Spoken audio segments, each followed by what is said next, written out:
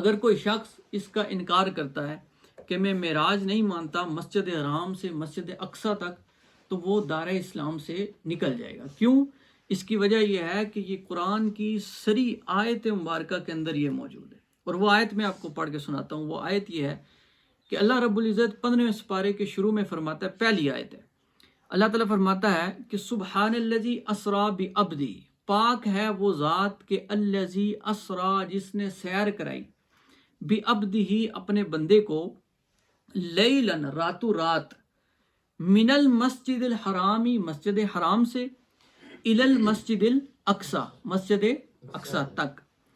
اچھا، پھر اللہ تعالیٰ نے یہ کہا کہ الذی بارکنا حولہ، مسجد اقصی وہ ہے کہ جس کے ارد گرد ہم نے برکت رکھی ہے، الذی بارکنا حولہ، جس کے ارد گرد ہم نے برکت رکھی ہے، لنریہ من آیاتنا، کہ ہم اسے اپنی عظیم نشانیاں دکھائیں، انہ هو السمیع البصیر، کہ بے شک وہ سنتا اور دیکھتا ہے۔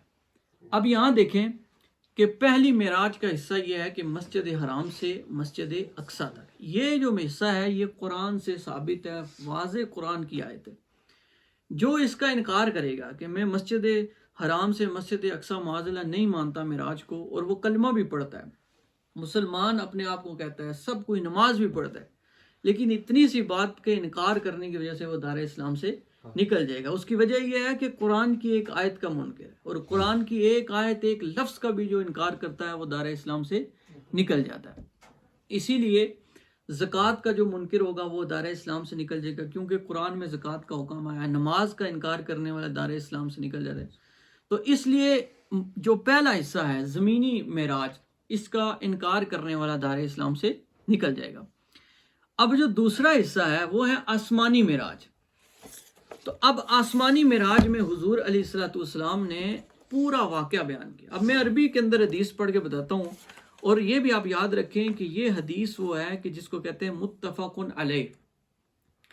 متفق علیہ وہ حدیث ہوتی ہے کہ جو بخاری اور مسلم دونوں میں موجود ہے، یعنی دونوں اس پر اتفاق کرتے ہوں، اسے کہتے ہیں متفق علیہ۔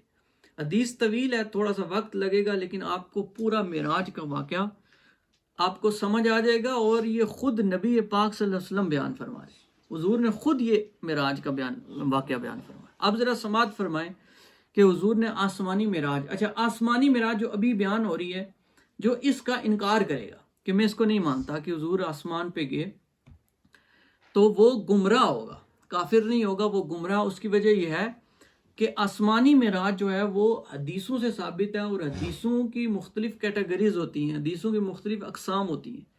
تو جن حدیثوں سے آسمانی معراج ثابت ہے وہ حدیث ہیں حدیث مشہور، اور حدیث مشہور کا انکار کرنے والا بندہ گمراہ ہوتا ہے۔ لہٰذا